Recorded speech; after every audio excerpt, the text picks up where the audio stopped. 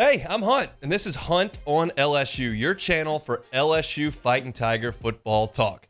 Enjoy the video. We want you to leave a comment below, hit that like button, and subscribe right below the video. Enjoy. It's really not about Georgia State on Saturday night. And I was thinking about this earlier today, what angle to take with this game. And I'll tell you, I just don't know that I recall a game quite like this one leading up to it. LSU has played 1,000 games against non-conference teams that they beat by 40 points, that nobody's there at the end of the third quarter. Like, that's not new or newsworthy or a different angle for this game.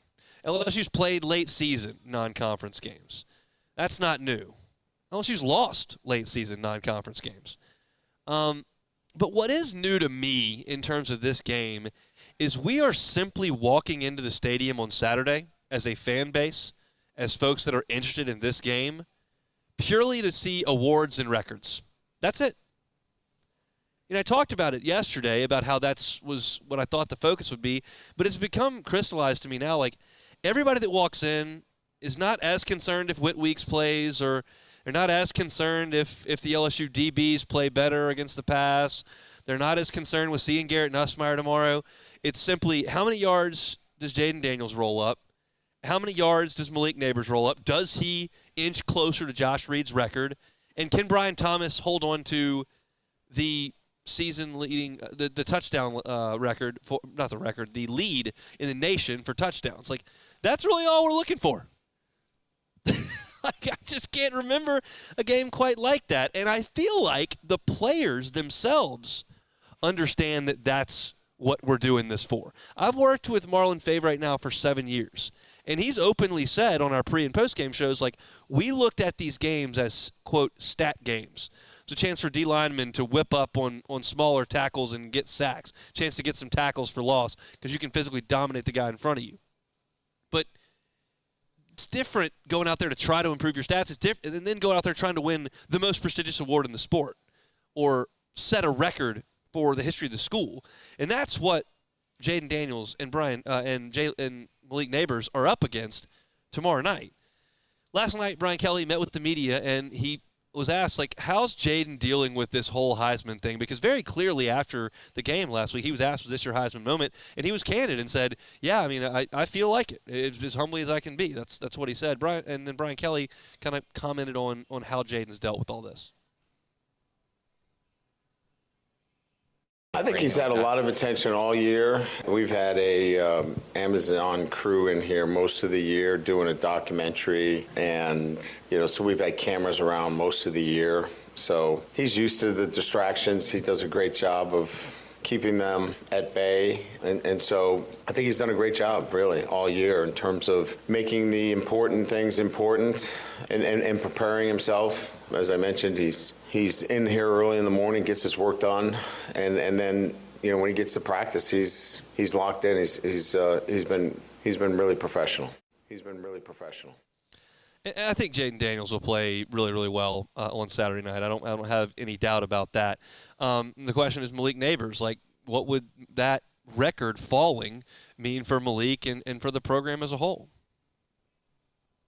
All those records are certainly pieces that go to building the consistency that you're looking for in your program. And certainly what we're looking for is at LSU a prolific offense, one that can be a standard in which we can recruit to. So those are important pieces. I wouldn't say they're the most important things in our program, but they certainly help get the attention of the group that we're recruiting. So, I think we've made a dent in the country relative to the kind of offense that we're running, and the recruiting has followed.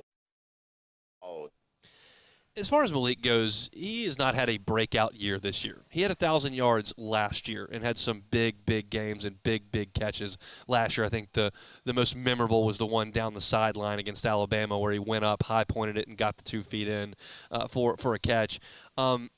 This has been just a continuation of Malik, which is why he's challenging a record that Josh Reed has held for 2 decades.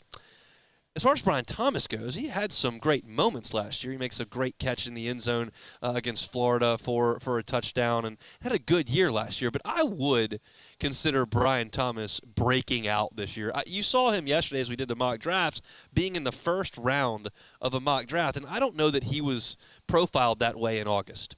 But he is now, and that's just been an incredible development for this team. It's nice for us to go to fall camp and then to come back on the airwaves and say, hey, LSU's got Malik Neighbors and Brian Thomas and Chris Hilton and Andre Anderson and Aaron Anderson. They've got all these guys, and that sounds good because they were highly recruited and they've got all these physical tools, but it's another for them to go out there in that fall and actually cash in on that and become the player that you hoped they would. And Brian Thomas has done that. And Brian Kelly yesterday kind of spoke to Brian Thomas's development in his third and what should be his final year on campus.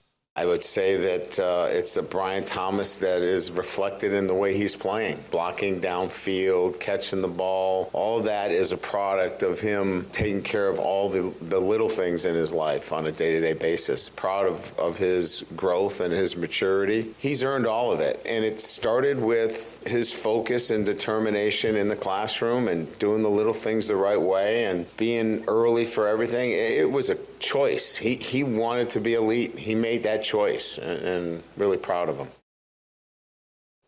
Brian Kelly prioritizes that stuff in a big way. I don't know how closely LSU fans follow his press conferences or how closely they follow some of the tidbits that he leaves here or there, but if you do follow it closely, you understand he's so big on details, on their daily questionnaire they have to submit, on their hours of sleep, on being places 10 minutes early and not 1 minute early, and all these little bitty things that to a 19, 20-year-old are generally not that important. Just get up and make it work that day. But if you can mold young minds to think a certain way, you'll see them thrive. And Brian Thomas has absolutely thrived this year. So that's LSU from an offensive perspective through the passing game with Jayden Daniels, Brian Thomas, and Malik Neighbors. But from a running game perspective, you will see things a little bit differently in the way that you saw them last week because Logan Diggs very unlikely to play. Brian Kelly talked about the status of his junior tailback.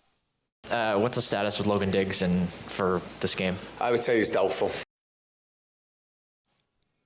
Pretty quick to the point there. Doubtful for Logan Diggs. So this is going to be a game for Josh Williams. This is going to be a game for Caleb Jackson. This is going to be a game likely in the late quarters for Trey Holly to get out there and make some plays, which he did, obviously, in that game against Army a few weeks back. So, look, Logan Diggs has done a really good job for this team and is banged up and may not return. We'll see. Doubtful for the second to last game of the year, and got one more to go in the regular season. So LSU was so deep in that room, and you realize that in August they had 8 guys on scholarship. So you lose John Emery for the year. You lose Logan Diggs here. Trey Bradford hasn't been a contributor in months. And so you lean on Josh Williams, I think, early in this game, and then you get Caleb Jackson some run, and when things get out of hand, I think Trey Holly is good to go. And I think LSU will run the ball some early in this game, but it feels like there's going to be a lot done through the air with Jayden Daniels in this game because if you were listening to Chris Blair on our show yesterday, you know that Brian Kelly told Chris Blair on the record on the show that there's not a pitch count for Jayden Daniels, there's a yards count. And the quickest way to get those yards would be for him to throw the ball and not hand it to Josh Williams and Caleb Jackson so that they can run for a bunch of yards in the first half. So don't be surprised if you get into Tiger Stadium on Saturday and LSU comes out throwing a good bit, and that'll allow Jayden Daniels to just make the plays he's made all year. He's been phenomenal throwing the football, and when that is not there, he's been great taking off, and those yards count too, and he certainly churned up a ton of them for this LSU football team. Hey, thanks for watching Hunt on LSU. Before you get out of here, do us a couple of favors. Hit that like button, leave your comments below, and subscribe to the channel for all your Fighting Tiger football talk. See you next time.